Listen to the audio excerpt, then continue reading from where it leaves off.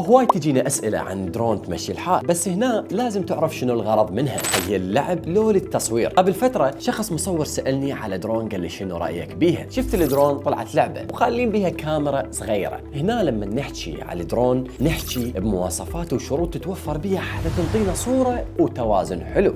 الصراحة مو كل درون لما تريد تاخذ درون لازم يتوفر بيها شغلات، من ضمنها مثلا الجي بي اس، في حال ضاعت تقدر تلقيها أو وحدها ترجع لمكانها.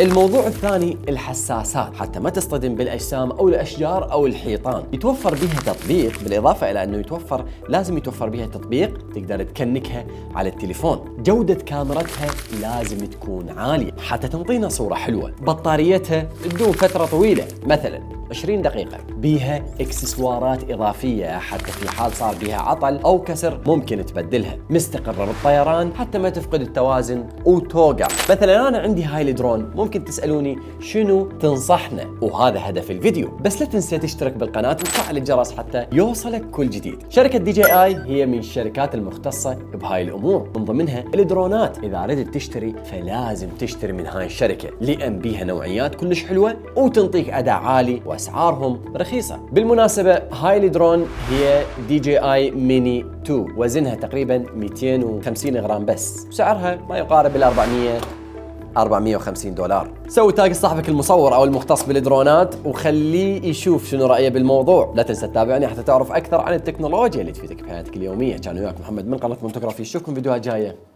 في امان الله.